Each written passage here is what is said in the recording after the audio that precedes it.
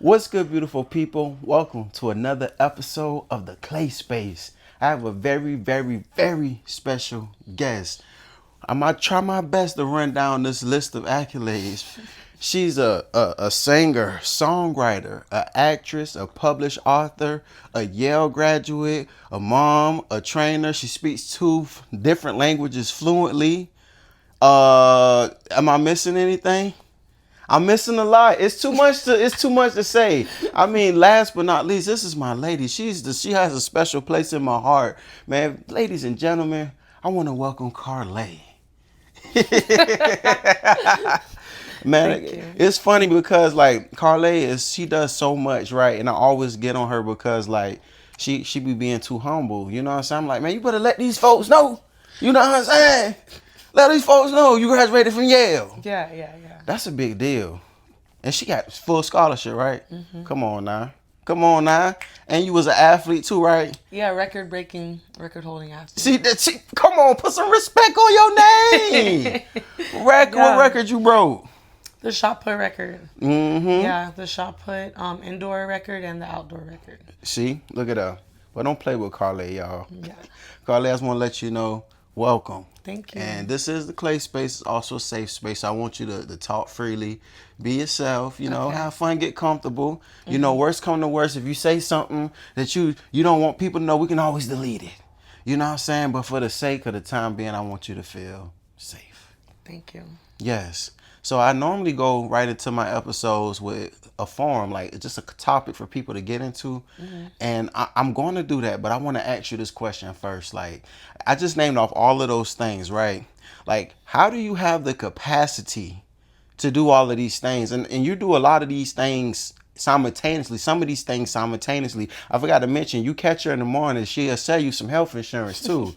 But it's like you do so much. Like, how do you have? That's not normal. I keep telling you, like this is not normal to be able to do all of these things. And I'm speaking from a person who do a lot of things. Like, how are you able to do that? Where does that come from? I don't know. I really don't know. I think it just is like I feel like I'm uninhibited. Like nothing can stop me. Like if I think I can do something, like I can do it. So Right. I just have to do it. I feel it. So Yeah. you just have to do it. Yeah, I have to do it, especially if it's something that's like gonna have a positive impact on the world. I feel like I need to go ahead and do it. No, that's beautiful right there. No, I feel that because I be wondering, like, how do you keep going? Like, that's so crazy to me. Because, like, I have a wide capacity to do things, and people always get on me. You need to focus on one thing and master that. But it's hard for me. I know for me, where it comes from, it's like I don't like to sit still. I don't like to be stagnant. Yeah. In the moment I feel like I'm not doing anything or moving forward towards something, I start to get sad and depressed and all that type of shit. So it's like for me, I always have to find something to do. Yeah. You know? But I also feel like I was trained to be like that. Like, when you're in high school, or at least my high school I went to in California, you had to do all the things. You had to do community service. You had to be doing your senior project outside of school. And I was doing multiple sports. I kept trying to quit. Really? The coaches wouldn't let me quit. Because you was good. Yes. So it was just like, I feel like I was trained to just do all the things and keep going. Yeah. And there was reasons I wanted to stop. Like, there was drama, like teenage girl drama. Yeah. And like, for me, it was just too much. Because I never was a person that was into drama. Like, Right. I'm always like, I'm going to show up. We're going to do our thing. Yeah. And then go home. But it was just like a lot of interpersonal things. And I was like, you guys, like, we just need to play basketball, But then that was a problem. So I was trying to quit. And my coach was like, no, you have to learn how to deal with people. He was like, this is part of life. So Right. No, that's a very important skill. Like dealing with different people and different personalities and whatnot. Oh my God, you learned that from high school. That's what that was instilled into you, the foundation of being able to do all these different things at once. I would say definitely. Yeah. Yeah. Because before that, I was always doing a lot of things. Like my mom had me doing pageants. You did pageants too? Oh my God. Yeah. See, that's another thing I got to add to the list. I did pageants and I was really good at them, but I hated them. Really? Yes, but the thing about pageants is you have to be a well-rounded person. Like you have to come not just pretty and like a nice dress. You have to have skills, you have to have community service, you have to have talent, you have to have the grades. Wow. So it was like I was doing that, but I was not social. you know. Ah, So when I got to high school, it became like, you know, you have to learn how to socialize and deal with people, right, right. you know, Oh, and I be a see. leader, you know. Because when I was in high school, I actually used to teach.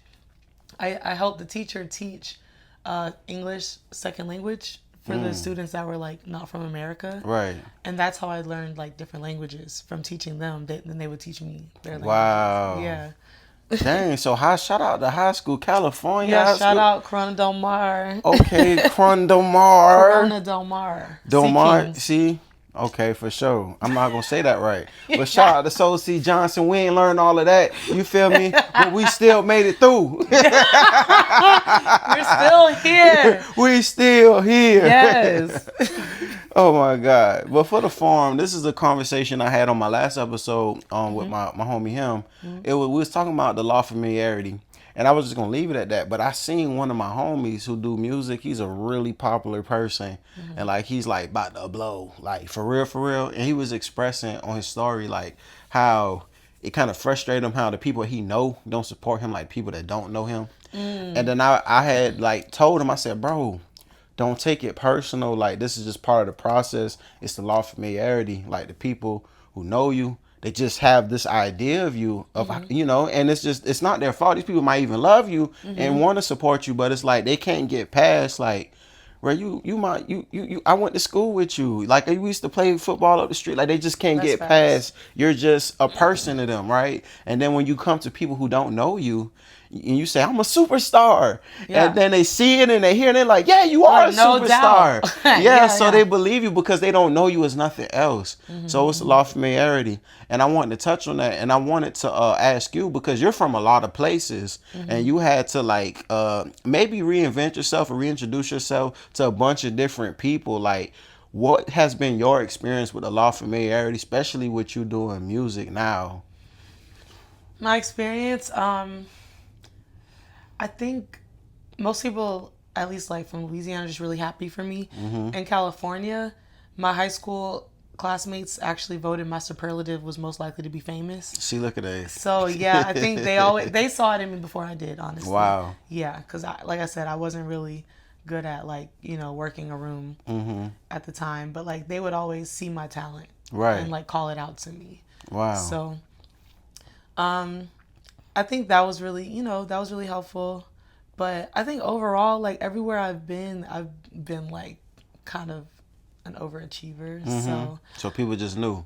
Yeah, it's like my senior year of college is when most people found out I could sing. But the whole time I was there, I was a record-breaking athlete, so I was already like Yeah, in the you was already spotlight. achieved. And Yeah. So they was like, well, I mean, she can do whatever. Like, Yeah, I mean, they were shocked. Like, Yeah. they were shocked, and, like, some people were mad because they were like, why didn't you he said, tell why you ain't been tell me we could have Yeah, been? because Yale is, like, a very musical school. Like, Yeah. everybody's Oh, wow. very talented. Wow. Like, there's this group, they play cello, and it's, like, 12 celloists. Wow. And they're playing, like, pop and hip-hop, and it's really cool. But, like, everyone comes to Yale, like, pretty talented, but most people that get into Yale like have some type of musical talent. Right.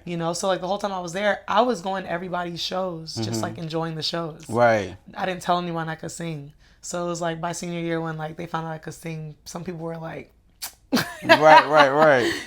but it was kind of fun for me because it was just like I'm gonna just enjoy y'all's talent because some of my people would come out to my track meets, Right. and cheer me on. So I just felt content with, being cheered on there. And Yeah. like now, I like to cheer people on. So, Yeah. Yeah. So back home, like now you're in Atlanta now. So back home, do they get it now? Do they get it now or Yeah, they but do? I think they got it too in Louisiana too. They did? Because my family was musical. So it was just I feel like it's always been in me. Like I always feel that. saying like the talent shows growing up. Like even though I was very quiet, everyone knew I could sing growing up in Louisiana. Like everybody knew. And Right. But it's also because like my whole family does it. So yeah. Man, that's beautiful. See, my experience, I had to like prove to so many people and myself first and foremost that I am who I say I am, and that vision that God gave me is real. Because like when I first came, I said I'm gonna do music. They're like, no, do something else. You're not a rapper. You don't look like a rapper. You don't act like a rapper. You don't talk about what a rapper talk about. You know, I'm like, bro, what you mean? It's just music. I can't express myself. I'm telling Right. my truth.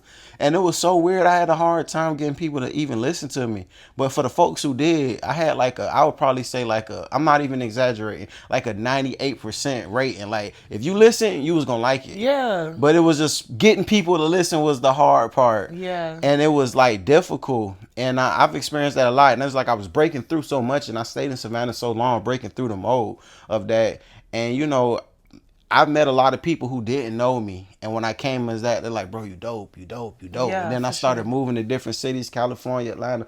Everyone's like, "You're dope, you're dope, you're a star, you're a star," and it's kept building me up, building me up. And then the beautiful thing about the law of familiarity for people who get like the adverse side of it at first, it's like when the people that know you get to see how you're affecting other people and see how other people perceive you, then that's when they get that pride. And they like, bro, Yeah. yeah, I know.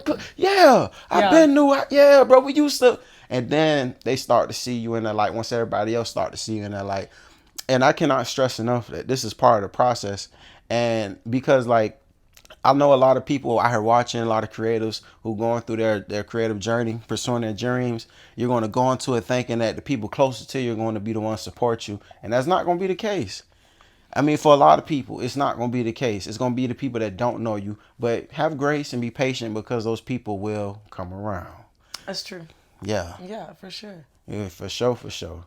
Now, I want to get back into you, Miss Lady. Okay. So we touched on it. So you are originally from Louisiana, then you moved to Los Angeles area, Orange County. Orange County, Orange yeah. County. And then you went to school in Yale, and I forgot what state that's in, what that is. Connecticut. In Connecticut, where it's cold as fuck. Yeah, it's cold. It's cold there. It's cold. Then you went to Philly. Yes. Oh, you went. No matter of fact, you went to Virgin Islands. Yeah. Then you went to Philly. And I went to Philly. Yeah.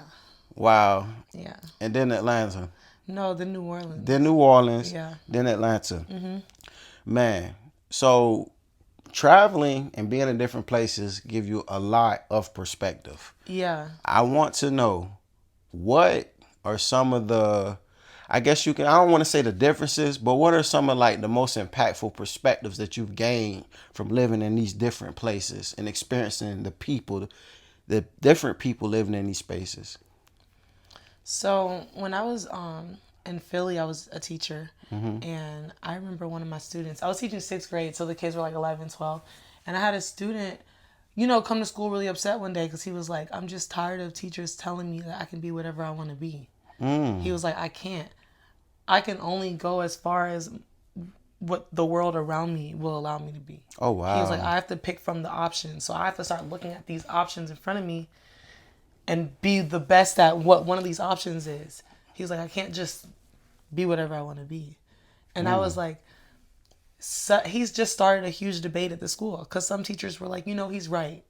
And then other teachers were like, no, like we cannot let kids limit themselves. Wow. So, but I think it was interesting because, as I moved around, I did see that depending on like where I was, people had different limitations on who they could be or even wanted to be, So like I would say at least living on the West Coast was just like very freeing. Like everyone was very free with what, they thought they could be or could achieve, and didn't really have too many like emotional attachments to it. Right. It was just like, I'm just gonna try my best to do what I want to do in life and make Right. life what I want it to be. But living on the East Coast was like a very different experience. Really? Yeah, it just seemed like things were just a lot more limited, like for Yeah. sure.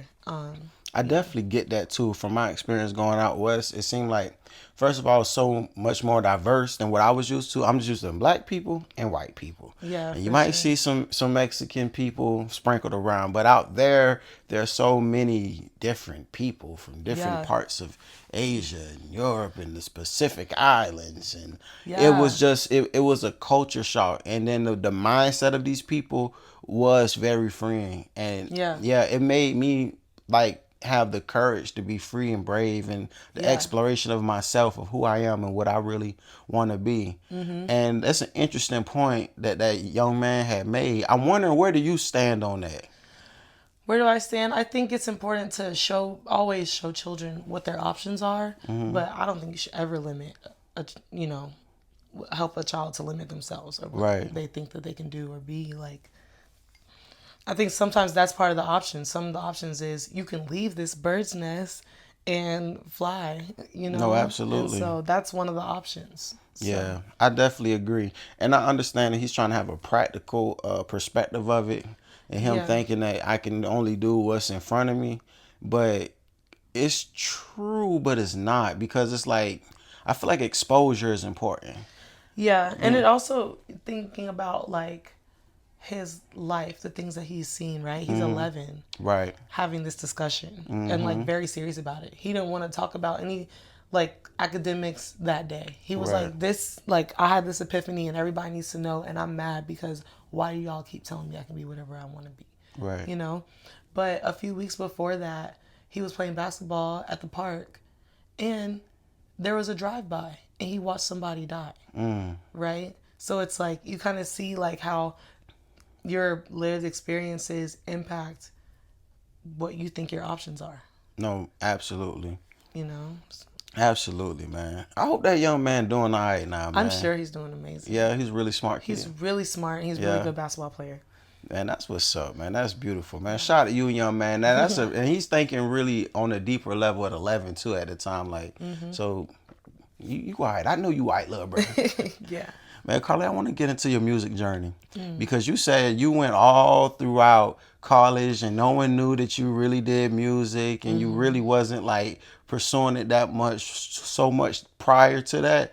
Like, what was the inspiration that led to you saying, you know what, I am going to pursue a music career. This is what I want to do with my life, and I'm going forward with everything in me. Like, what caused that? So I guess I could say two things. The first thing was like my senior year of college. I went home for I think like winter break, and I was just hanging out with like my friends from high school, my brother, and everyone was just sharing the music that they had been making, and I started crying because I realized like I was kind of like the glue for that group. Right. Like I had introduced everyone and brought everyone together, and I would always plan like what we're gonna do on the weekends, and I left and things kind of got weird, but then everyone came back together, after a few years and was making music, and I wasn't making nothing. And it just made me realize like that I wasn't like fulfilled and I wasn't doing what I was supposed to be doing. Like I started feeling like sports was a distraction. It was just me being competitive. So before then, like, you were pursuing sports. I was a college athlete. Right. So like in Yeah. your mind, he's like, I'm going to go professional with this. Yeah, I was trying to go to the Olympics. Like I Wow. was really serious, but then I started realizing like I'm really good at this, but it's becoming like almost like a hedonistic thing where I'm just doing it because I'm good at it and just competing against myself, which is never a bad thing, but it was like I don't actually have like the passion for this the way that I have for music. Because I know with music, like I can affect people. Right. With throwing shot put, I didn't see that as me having an impact on the world. I Right. just saw it as like my stats. Like I just need to be better. Need to be better. It was just like an obsession, Right. but it wasn't really fulfilling me. And it really made me feel more alone than anything. Cause like the better I got, the farther away I felt from everyone else. And that's how they treated me too. Like my teammates didn't really like me. They didn't like how serious I was and how competitive I was. Right. So it's like it didn't bridge any gaps, So when I look back on it, I felt like it wasn't really the best thing for me to keep pursuing. Right. I was like, I need to do music. So then, other than that, being in an abusive relationship brought me closer to music. Really? Yes, I still wanted to do music, but I was in a relationship. I was in Philly and I needed a job. I got pregnant. So I was like, once I got pregnant, I was like, oh no, I need a job. Like I need to be a 9 to 5 working lady. Like I went to Yale. Like I have to be a stand-up citizen. Right. You know, because before that I was like an activist, and I was like, I was at Standing Rock. I would just go wherever protests were, and I would go, and I would be Wow. there, and I would be like, I think I was just like trying to figure out what my passion was, because I quit sports and I went straight into activism. But once, once I got pregnant, I was like, oh, I need a job, and I need to pay bills, and I need to buy a house, and I need to buy a car, and all this. And I did all those things, and still just didn't feel good about myself. Right. Ended up, being abused and trying to write music about it, but having to like hide, like, or sneak out just to get to the studio. Like, and I was like, it can't be this hard to make music. Like, Right. I just don't think, I don't think this is good. So when I left and went back to New Orleans, I made a vow to myself that I was gonna do music. So when I was in New Orleans, I was working a 9 to 5, but I was doing music on the side, and I was performing. And I remember at one point someone told me, like, if you're gonna do it, you have to do it for real. Like, you can really sing, so you can't just be playing, like, Right. just doing it. Like, you have to really You do have it. to really do it. Right. And I was like, okay. And yeah, And then you started I doing it. started doing it. I want to go deep. I want to go deeper into that, but I want to backtrack a little bit. Like, you say you were in an abusive relationship when you were in Philly, Yeah. and you ended up writing a book about Yeah. that situation. Like, if you can, just like, I don't want to say go into the details of it, but like, first of all, like, you have a lot of courage for like leaving that situation, because I know a lot of women are afraid and don't know what to do. And I think it's really important that you wrote that book, because it's going to connect with a lot of women out there, and even some men, like a lot of Yeah. people who are experiencing domestic violence. Yeah, for And sure. yeah, so like I just want to just touch on that a little bit, if you're okay with that. Yeah, yeah. So the book is called Overcoming Intimate Partner Violence. And it's a collection of essays that I wrote during the process of me overcoming it. And it was amazing, because like once it was published, I really just felt so like a weight lifted off of me. Like, Right. it didn't affect me anymore. Like, I wasn't hurting anymore. So but the book is about, like, the different perspectives and steps that I had to take to mentally free myself. And what were those steps that you took? There were several, but some that I can name are, one is just checking myself and realizing, that I'm insecure and that I need to work on myself, because why am I blaming myself for someone else's limitations? And why am I allowing someone to have that type of control over me? Right. And then the other thing was, self-talk is so important. My inner voice wasn't even my voice anymore. Wow. My inner voice, well, it was my voice, but it was someone else's words telling me, like, this is the best you're going to have. You need to be content with this. You need to make this work, because it's never going to get better. So yeah, self-talk. I had to retrain my brain to talk to myself, like, to tell myself that I'm amazing and I'm deserving. Yeah. Right? How did you do that? Was it like you do the affirmations, or like? So I actually I didn't do affirmations. It was actually sound therapy. So I was going to counseling, and my therapist like taught me a specific, and it's been so long since I did it, right? Because that's part of retraining your brain. But she taught me like a frequency to listen to. Frequencies, yeah. And then say certain things. So it said some affirmations, but just to say, it was like really like one sentence that I would say to myself. Like, it was just like, I'm amazing, you are loved, and you deserve the world. But like at that frequency, and then I would do like breathing exercises. I would breathe out a specific type of pattern that she taught me. And while I was breathing, I would be thinking those things, and it completely rewired my brain. Like, wow, I'm a completely different person now. Wow. Yeah. How long did that process take? A few months. Yeah. Yeah, and there was times where I didn't want to do it. I felt really silly. I was like, I'm not finna be doing this breathing stuff. But I did it. But you did it. And You it followed worked. through. It Yeah, worked. it worked. You retrained your brain. Yeah. And it gave you the wherewithal to be like, you know what? I'm out. Yeah. Or just, I'm not going backwards. because you can leave. A lot of times what happens is you leave a situation like that and just get into a new one that's like almost identical. So Getting this cycle. yeah, getting in the cycle. So for me, it was just like moving on and just like seeing the world as my oyster. Right. For real, for real. For real, for real. Yeah. And then you wrote that beautiful book, man. Yeah. I love the book. I love the book. People have told me it's like very relatable. Right. So men and women. Right.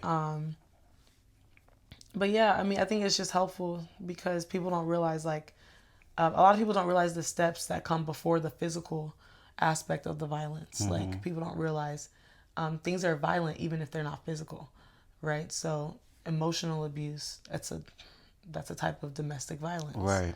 Right. Financial abuse is a form of domestic violence. And so I Wow. think people should look into words more because, I was a philosophy major. So like words have more connotations and meanings than we think. And so, when people say domestic violence, they're like, oh, well, he hasn't hit me, so it's not that. And I'm like, no, like violence doesn't just mean like physical abuse. Right. And there are things that happen before it gets physical that you can see. And they're basically red flags. But if you don't know what they are, then you don't know what's coming. Right. So I just think it's really important to educate young people on what those red flags are. I wish someone had told me. Man, if you can just give a couple red flags for the listeners out there. Okay, I would say controlling, telling you things about yourself that you know are not true. Because what that does is that's rewriting your inner voice. It's like training you to say those things that I was saying. This is all you can get. This is the best you're gonna have. So when someone's telling you things and you don't agree with it, and they're like saying it over and over, almost to convince you to get it, stop that in its tracks, because that's very harmful. It's very violent. Right. And it can take a long time for you to come back from that. No facts. It can take a lifetime. Some people never do. Man, that's very true because I've been in a space where I was in a domestically violent relationship. Man, she putting hands on me, Karlèh. She putting hands on me, but it was hard, and like a lot of those red flags you say were in the beginning of the relationship, and I'm like just brushing it under the rug, like we'll figure this out. She just got to learn how to treat me, but no, it just got progressively worse till it got to that point where she started putting her hands on me, and that was crazy. Yeah. And I wasn't taught to hit no woman, so like Yeah. it got to the point like I had to be like, look, bro, I don't hit women, but I swear if you do that again, I'm gonna fight you, bro. Like straight up. And that's so fair. And that's when I was a teacher, I used to work with my girls on that a lot. Like, stop hitting these boys. It's not fair because they are bigger than you. So first of all, it's not a fair fight. Second of all, we tell them not to hit you guys because they're bigger than you. So no facts. And then like how you said, like I had to reprogram my mind too because there were good things about that relationship that would make me stay and continue the cycle. But then I started practicing the philosophy of being good to yourself. And my Uncle Ricky taught me that. And when I started practicing that and really like understanding what that meant for me, like I started like reprogramming my mind, and I was changed to the point where it's like it got to the point I didn't want no parts of that. Yeah. I didn't want no parts of that. And there's no disrespect to that young lady because I'm sure she's past that. She's healed and done her work too. And it's all love, but at the time it was just like, bro, I'm good. Like you know what I'm saying? That happened. And I'm still seeing certain patterns. It's like gotta wash my hands. Yeah, for sure. Yeah. So jumping back, okay, you're back in Louisiana and you're getting your confirmation that, hey, I need to take music a lot more serious and I'm really gonna go for it. And then you started doing that. You started working on the song the Best of Me. That was your first song that you put out, right? Yeah. I think I'm trying to think. So I did What's on My Mind. What's on My Mind? Yeah, and I had put that out on YouTube. So that was like a cover. It's not really a cover. It's like a remix of K Camp and Jacquees' song, What's on Your Mind, but I did the female version. Okay. So I rewrote it, but it was really cool. And I put it out on YouTube. Right. So that was like my first project, my first time doing a video. And it was like, oh my God, this is so much work. I was like, oh my God. But then, yeah, I was inspired to do Best of Me. Yes. And I worked on that with Reggie Nick in New Orleans. And I did it like June. Mm-hmm. We recorded in June or July, but I didn't put it out till December. Right. Because I spent some time like getting the rights from Anthony Hamilton, Mm-hmm. to be able to put it out. And then honestly just sitting on it feeling like, are people gonna like this? Yeah. Because People love it. people love it. It's like officially your first hit. Oh, But you never thought of it like that, I huh? never thought of it like that. That's officially your first hit. Yeah. And that's like one of your first songs that you put out. Yeah. Like, before we go into the accolades, I want to know what inspired that. Because, like, come on, this is your first hit. Like, I got to know the story behind this. So, I was with Josh, rest in peace, Josh, and we were just chilling in his truck one day, and smoking, and we were listening to the radio, and the song came on, the original by Anthony Hamilton came on, and I just remember being like, oh my gosh, I just felt overwhelmed because I was like, this song completely encapsulates how I feel about you. Right. And he was like, really? I was like, yeah, because being with him was so different from the previous relationship. Right. Because like growing to love him was like loving myself. Because he would just push me to be a better person. Right. And sometimes he would challenge me on certain things. But when I thought about it, I'm like, that, what he's saying isn't hurting at all. It's actually like helping. That's like a character flaw that I should work on, or like, that's just like, he was very big on like, well, obviously loyalty. He was big on loyalty, but also just like thinking about how someone else is probably feeling before you say something Empathy. or do something. Yeah. And he was like very big on family. So you could tell that he was like that to everyone around him because everyone loved him.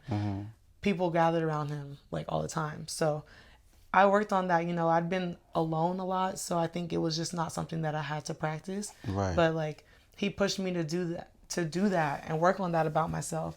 And so I just felt like being with him made me a better person. So I wanted to be the best person when I was around him. Like it made me feel encouraged. And so when that song was playing, "Giving You the Best of Me," I was like, that's how I feel. Like I'm trying to give you the best version of me. Right. And I was like, I want to redo this song. I want to put a New Orleans bounce beat on it, and I want to sing it.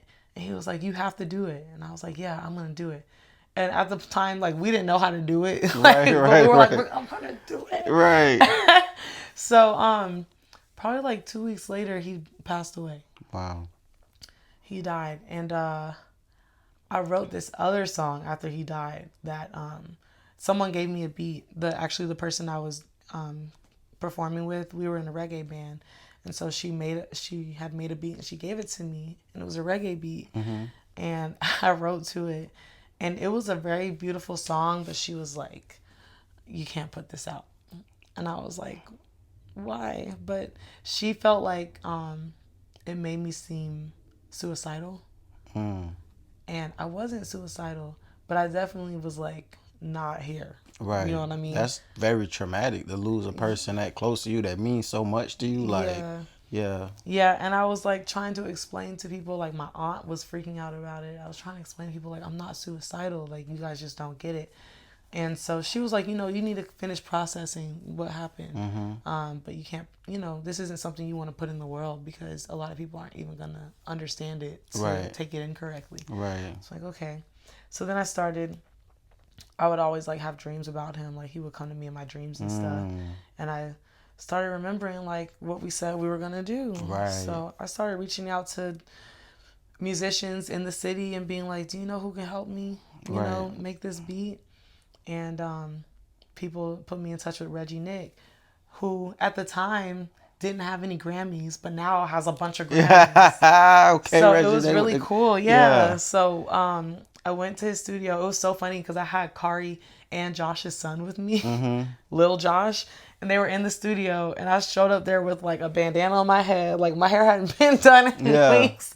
I looked homeless probably.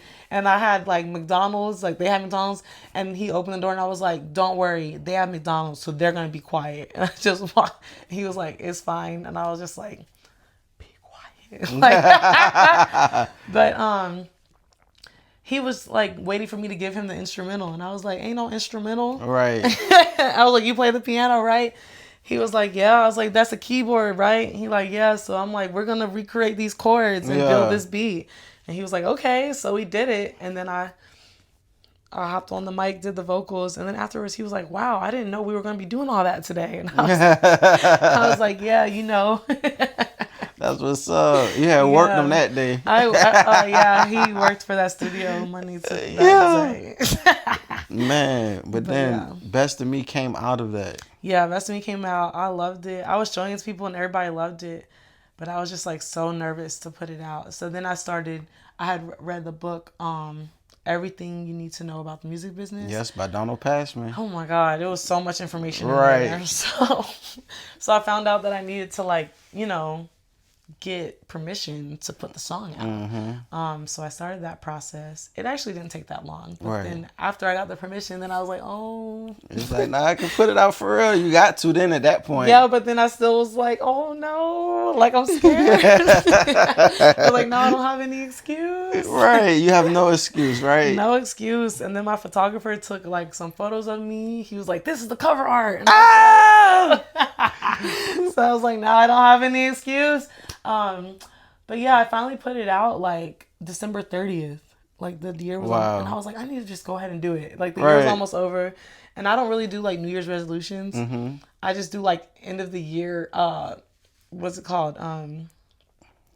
When you're manic. Yeah. End of the year manic episodes. Yeah. When you're like, I gotta do all the things I said I was gonna do. Right. So I like released. If you look at the release date, it says like December 30th or 31st, and then yeah.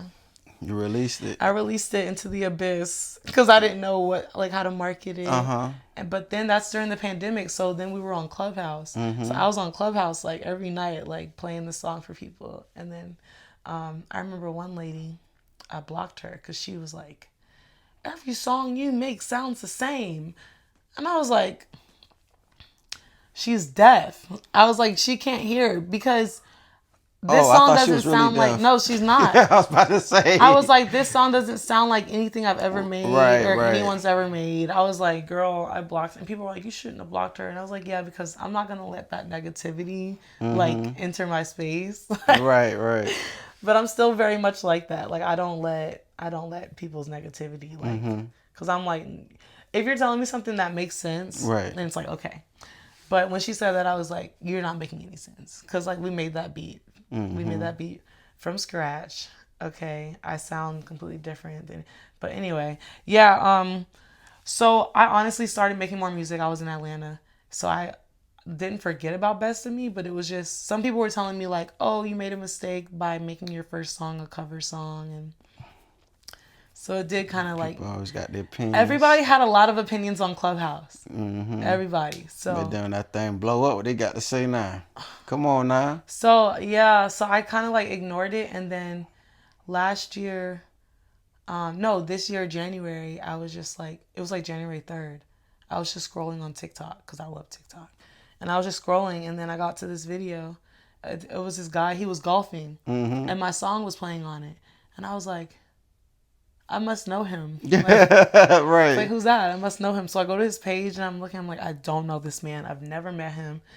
And then I click on the sound and then it pulls up 2,000 videos that have been made to my song. And I was like, and I was just sitting there scrolling all day. Like, they've been making these videos all year. Right. Like, all year they were doing that and I had no idea. Like, nobody notified me to be like, your song is viral on TikTok. Wow. Yeah. So I just figured it out. Where you at now? I don't know.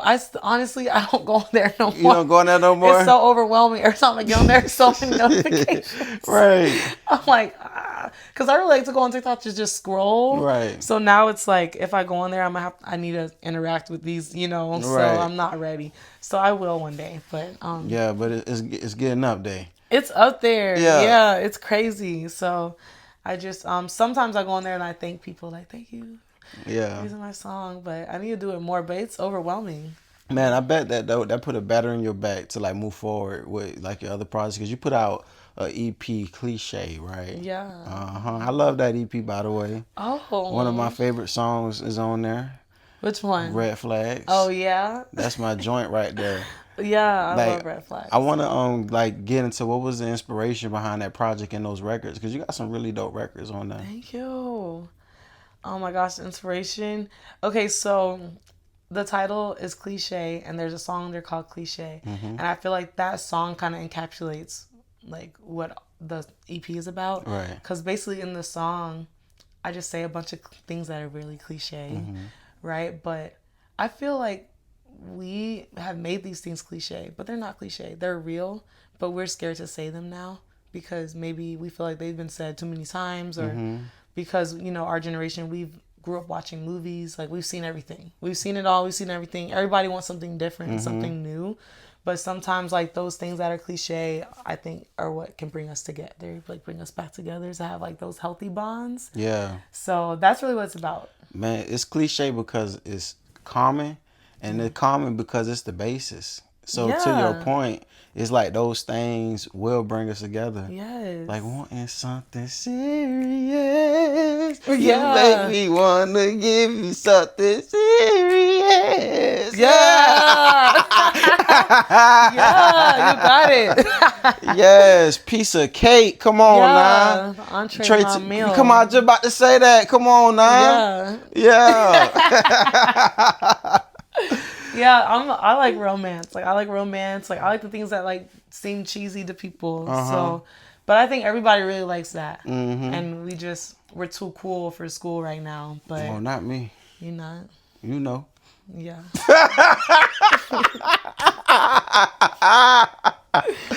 Oh my gosh. No, but I feel you. So cliched. You wanted to. Oh my god.